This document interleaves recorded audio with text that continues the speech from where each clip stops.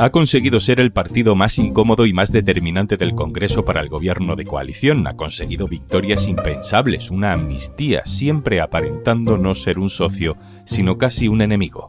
Dice ahora que rompe con todo. ¿Por qué? ¿Qué significa? Soy Juan Luis Sánchez. Hoy en Un Tema al Día. La ruptura definitiva de Junts y el futuro del gobierno.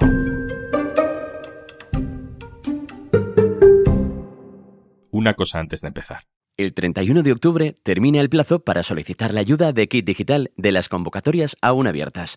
Te cuento todos los detalles al final de este episodio. Carles Puigdemont ha confirmado esta semana su ruptura definitiva, dice, con el PSOE. Sus 7 diputados en el Congreso retiran su apoyo al gobierno de coalición. El govern espanyol no tindrà ni podrà recórrer a la majoria de la investidura. No tindrà pressupostos, no tindrà capacitat per governar. Podrà ocupar poltrones, però no podrà governar.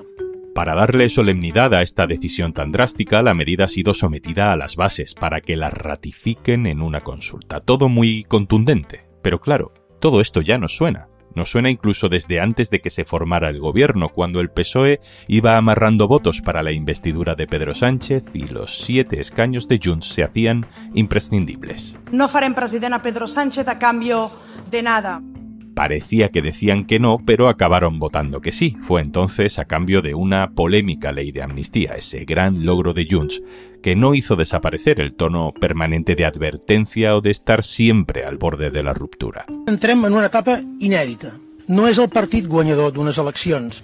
Un año después, desde Bruselas, Puigdemont lanzaba su primera ruptura no ruptura. Acusaba a Pedro Sánchez de no ser de fiar, y de hecho le pedía que se sometiera a una moción de confianza. Considerem que no ha fet prou per merèixer la nostra confiança, malgrat que ha tingut moltes oportunitats. Pedro Sánchez no le hizo caso con esto de la moción de confianza y Puigdemont anunció la ruptura de negociaciones políticas de Junts con el PSOE. Nosaltres, a partir d'avui, suspenem les negociacions polítiques amb el PSOE per qüestions sectorials. Esto fue en enero de este año. Dijo suspender. Antes había dicho desconfiar. Ahora dice romper. Pero las consecuencias llevan meses siendo las mismas. Junts ha votado en contra de varias leyes importantes para el gobierno. La de revalorizar las pensiones, por ejemplo, o la que impedía a las energéticas cortar la luz de familias vulnerables. También tumbó la ley para reducir la jornada laboral. Y, quizá lo más importante para una legislatura, ha impedido la tramitación de los presupuestos. En estas circunstancias no sabemos bien qué pensar. Esto de romper con el gobierno ¿va a ser algo diferente a lo que pasaba antes? ¿Es la antesala del final de la legislatura? ¿O es otra vez otra coreografía de cara a un votante de Cataluña que, como en el resto de España, está cambiando? Neus Tomás, directora adjunta del diario.es, hola. Hola. Neus, ¿qué hacemos? ¿Nos creemos que esta vez cambia algo? ¿Estamos en la misma situación pero con palabras simplemente más gruesas? ¿Cuál es la diferencia de esta semana con respecto a la semana anterior? Sí, es un poco lo de la fábula de Pedro y el lobo, ¿no? La diferencia que preguntas es si cambian más cosas que las otras veces. Pues creo que la respuesta no es ni la que da el gobierno ni la que da Junts, porque sí que cambian cosas, por más que el PSOE diga que no, pero creo que no cambian tantas como insisten Puigdemont y la gente de Junts. Una cosa que cambia ya de entrada es que no va a haber más reuniones bilaterales en Suiza. Fue un canal que acabó siendo un poco operativo, porque es verdad que servía para desencallar algunas leyes y creo que también para calmar ánimos, según explican tanto en el PSOE como en Junts. Y si cambia mucho o poco, pues la verdad es que tampoco es que Junts antes se lo pusiese muy fácil al gobierno para negociar, ¿no? Y en eso tiene razón el gobierno. Lo que pasa es que ahora se lo quiere poner todavía más difícil, o sea, tan complicado como pueda. Y luego otro cambio evidente es que Junts ha implicado a la militancia en esta decisión y que, a diferencia de lo que pasó con la salida del gobierno de Esquerra, ¿te acuerdas que también tuvieron que votarla? Esta vez, en la cúpula de Junts, nadie cuestiona que haya que distanciarse todo lo que puedan o sepan del PSOE. Todo lo que puedan, pero hay algo que Junts puede hacer y no ha hecho. Ha preferido no hacer. Dice que ya no apoya al gobierno, pero tiene en su mano forzar una convocatoria de elecciones, hacer caer al gobierno, y no lo ha hecho. Bueno, porque solo las puede forzar apoyando una moción de censura del PP y eso también implica ir de la mano de Vox, o sea, es PP y Vox. Y eso no lo van a hacer, porque el pacto con Sánchez les puede haber costado votos y creo que les ha costado votos según todas las encuestas, pero sería una broma en comparación con lo que les implicaría liarse con PP y Vox. Además, piensa que si te fijas, ni Puigdemont, ni Jordi Turull, ni Nogueras esta semana han reclamado elecciones, no han pedido a Sánchez que convoque elecciones. Lo único que subrayan es que el PSOE, que Sánchez, no tiene mayoría para gobernar. Bueno, yo creo que están midiendo muy bien también los discursos para ir subiéndolos en función de lo que vaya sucediendo en el Congreso y también cómo se vaya moviendo Sánchez, ¿no? Neus, hemos leído alguna vez que hay una tercera opción y es que Junts apoye una moción de censura, pero no a favor de Feijóo, sino a favor de un candidato muy claramente lejano a las posiciones de Vox y del PP y que ese candidato solo sirva para convocar elecciones. ¿Esto es una posibilidad políticamente real? Ahora mismo no es una posibilidad real. De hecho, es una opción que yo tenga en mente, que creo que solo un dirigente importante, Toni Castellà, dejó caer como una opción, como una posibilidad hace unas semanas. Creo que lo hizo con muy poca convicción y pareció que era más a modo de espantajo, pero no ha tenido ningún recorrido en Junts, ni nadie, ni pública ni en privado, por lo que nos cuentan, se lo ha planteado como una opción, como mínimo en estos momentos, eso seguro que no. Neus, intentemos comprender la lógica de Junts, ¿no? Desde ese desgaste que le supone que parezca estar cerca del gobierno. ¿No le merece la pena? ¿No le merece la pena lo que obtiene a cambio? No sé, en lo personal político, ¿no? En esa vuelta de Puigdemont, si cae el gobierno, ¿no se arriesga Puigdemont personalmente a no poder volver? Está muy bien esto que dices de lo personal es político, porque probablemente si hay un caso en España donde una cosa va ligada a la otra, es el caso de Puigdemont. Primero porque, bueno, a veces se olvida, pero es que lleva 8 años en Bruselas, que no son pocos. Y por lo tanto su visión de la política española, de lo que pasa en Madrid, pero también de lo que pasa en Cataluña, está muy condicionada por eso. Ahora mismo en el partido nadie le cuestiona, también porque los que intentaron hacerlo se han ido apartando, o los han apartado para ser más exactos, ¿no? Yo creo que el gran triunfo político de Puigdemont es haber logrado la ley de amnistía, pero aquí ahora el problema lo tiene él y lo tiene el gobierno, no tanto en sus negociaciones, sino que el problema son los jueces. El rechazo del Supremo a amnistiarle pues le ha obligado a pedir amparo al Constitucional y ahora hay que esperar a que el TC corrija al Supremo. A principios de octubre el Constitucional admitió a trámite el recurso con el que Puigdemont pide que se amnistíe el delito de malversación, que es por el que está en busca y captura y que es lo que a la práctica le impide volver a España sin arriesgarse a que le detengan. Esto todavía no está resuelto, el Constitucional tiene que decir algo. En resumen, que si viniese le detendrían. ¿Cuándo volverá? ¿No? Que es una de las preguntas. ¿Cuándo volverá Puigdemont? ¿Cuándo podrá volver? Se han dado muchos plazos. Ahora, por ejemplo, se especula con la posibilidad de que pudiese ser el primer trimestre del año que viene. Pero yo, de verdad, creo, Juanlu, que nadie lo sabe. Por lo que dices, Puigdemont ya asume que el gobierno no va a poder ayudarle mucho más a volver y que la clave ahora son los jueces mayoritariamente conservadores, por cierto, pero en lo legislativo, Neus, parece que el votante de Junts ha pasado página, ¿no? O ha cambiado de prioridades o al menos no valora tanto los logros de esa relación con el gobierno, porque han cambiado muchas cosas, ley de amnistía, uso de catalán en el Congreso, competencias transferidas, debate de financiación autonómica abierto en Canal, y todo eso ya no vale nada.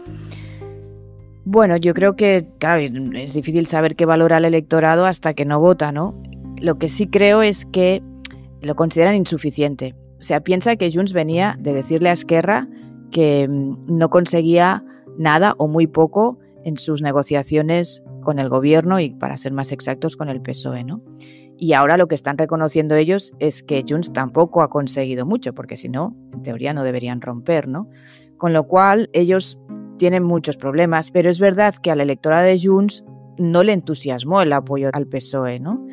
Y a medida que a Sánchez también se le ha ido complicando la vida política, por ejemplo, por esos procesos judiciales que hemos comentado, pues hay gente dentro de Junts, no solo en la cúpula, sino también alcaldes y otros cargos intermedios, que consideran que lo que hay que hacer es irse alejando todo lo que puedan de él, ¿no?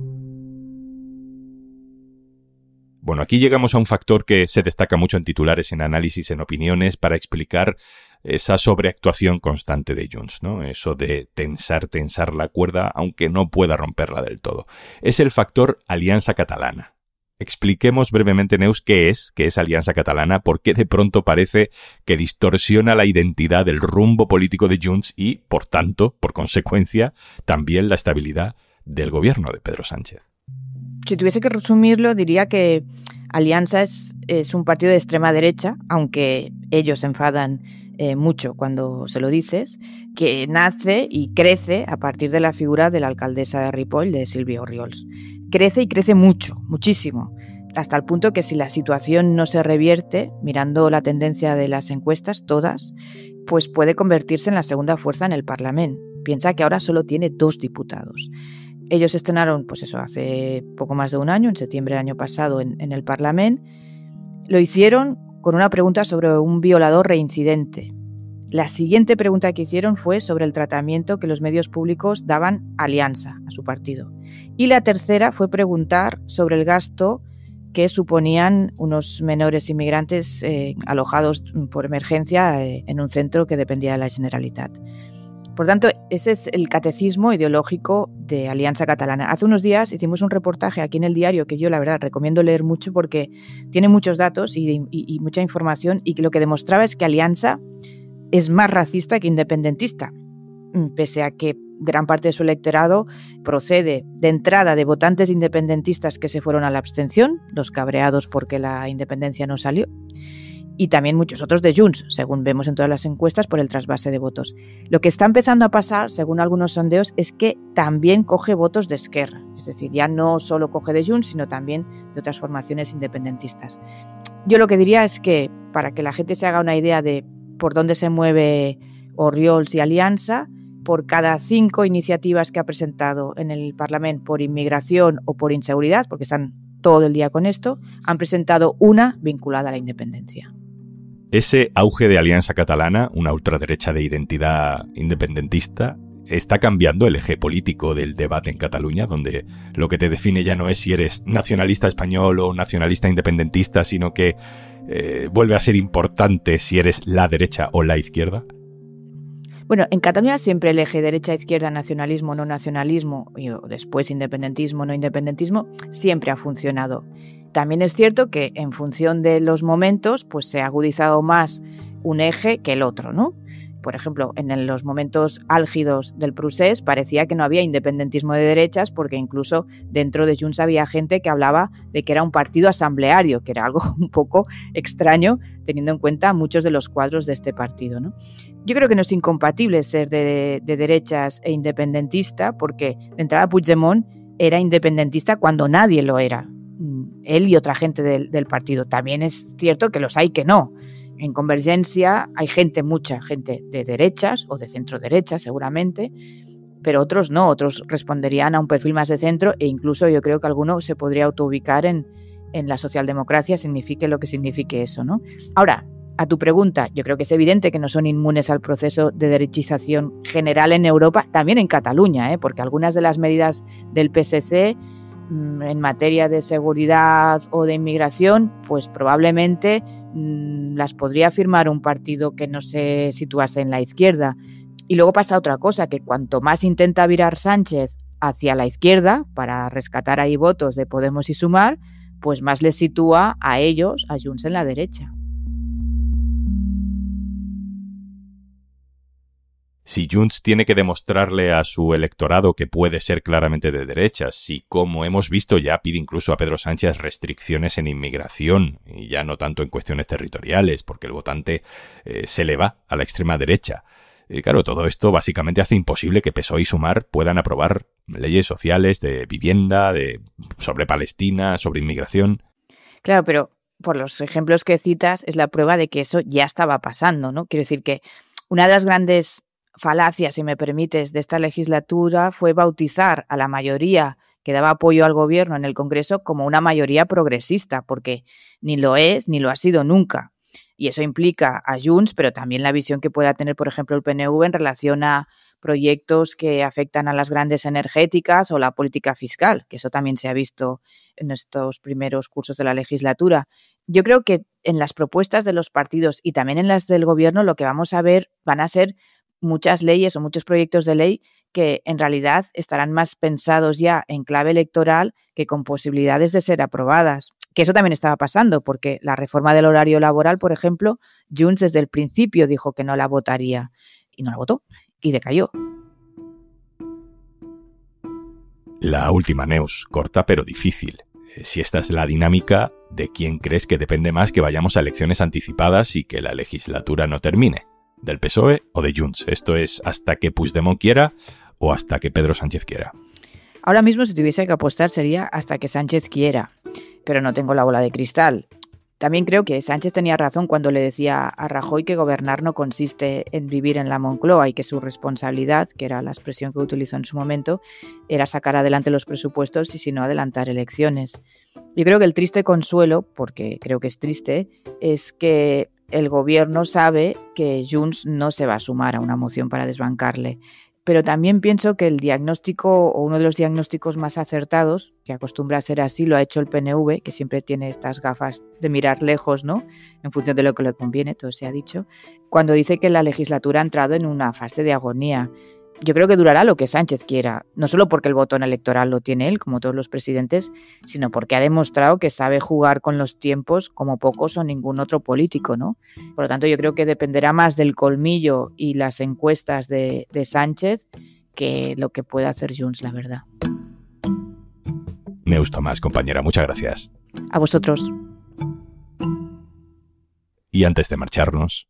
Gracias a Kit Digital, empresas como Hijos de Pablo Esparza ya se han digitalizado. Kit Digital nos han permitido tener una fluidez de comunicación y de trabajo que antes no tenías. Si eres autónomo, microempresa con menos de 3 empleados, o una comunidad de bienes, sociedades civiles, profesional o con actividad mercantil, o una explotación agraria de titularidad compartida, tienes hasta el 31 de octubre, hasta las 11 horas, para solicitar la ayuda de Kit Digital. No dejes pasar esta oportunidad. Infórmate llamando al 900-909-001 o en acelerapyme.es. Kit Digital es una iniciativa del Gobierno gestionada por Red.es. Colabora Cámara de España, financiado por la Unión Europea. Next Generation, Plan de Recuperación, Gobierno de España. Esto es Un Tema al Día, el podcast del Diario.es. Si te gusta lo que hacemos, necesitamos tu apoyo. Hazte socio, hazte socia del Diario.es en el Diario.es/socio. El podcast lo producen Carmen Ibáñez, Marcos García Santonja e Izaskun Pérez. El montaje es de Pedro Nogales. Yo soy Juan Luis Sánchez. Mañana, otro tema.